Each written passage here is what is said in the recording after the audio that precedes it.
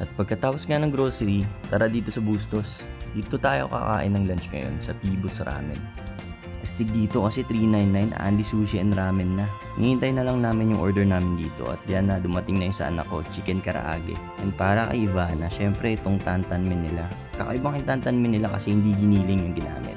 Pork chasu rin, yung parang sa tongkatsu. Sinimulan na nga ni Mami, ayan, napakilig ko na naman si Ivana sa lunch namin. Gustong gusto namin yung noodles dito guys kasi medyo chewy siya and makapal.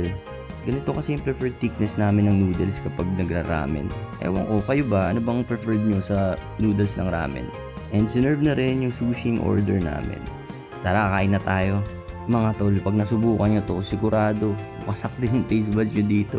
Yung bayo ko nga, muntik na mag-apat na bowl ng ramen dito. Pinigilan ko lang, naku po. At ito na yung tempura nila guys. Grabe, sobrang solid yan at sisimulan ko na tong sushi namin. Ito nga pala yung paborito kong sushi guys, tempura roll. Napakasarap niyan. At kay Mami, titikman niya yung volcano roll nila.